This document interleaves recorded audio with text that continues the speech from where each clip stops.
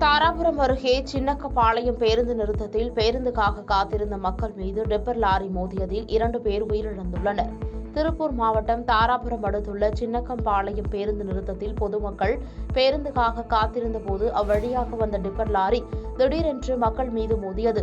இதில் ஆறுமுகம், தங்கம்மாள், நாச்சிமுத்து ஆகிய 3 பேரும் விபத்தில் சிக்கியதில் ஆறுமுகம் சம்பவ இடத்திலேயே பரிதாபமாக உயிரிழந்தார். இதையடுத்து உயிருக்கு போராடிய தங்கம்மாவை தாராபுரம் அரசு மருத்துவமனையில் அனுமதித்த போது சிகிச்சை பலனின்றி உயிரிழந்தார்.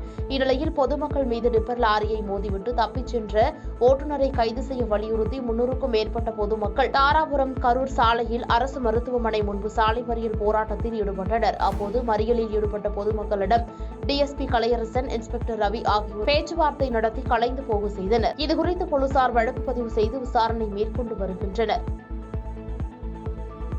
பாதகம் செய்பவரை கண்டால் நாம் பயங்கொள்ளலாகாது பாப்பா, மோதி மிதித்து விடு பாப்பா, அவர் முகத்தில் உமிழ்ந்து விடு பாப்பா. அண்மை செய்திகளை உடனுக்குடன் தெரிந்து கொள்ள இணைந்திருங்கள் எம் நாடு தொலைக்காட்சியுடன்.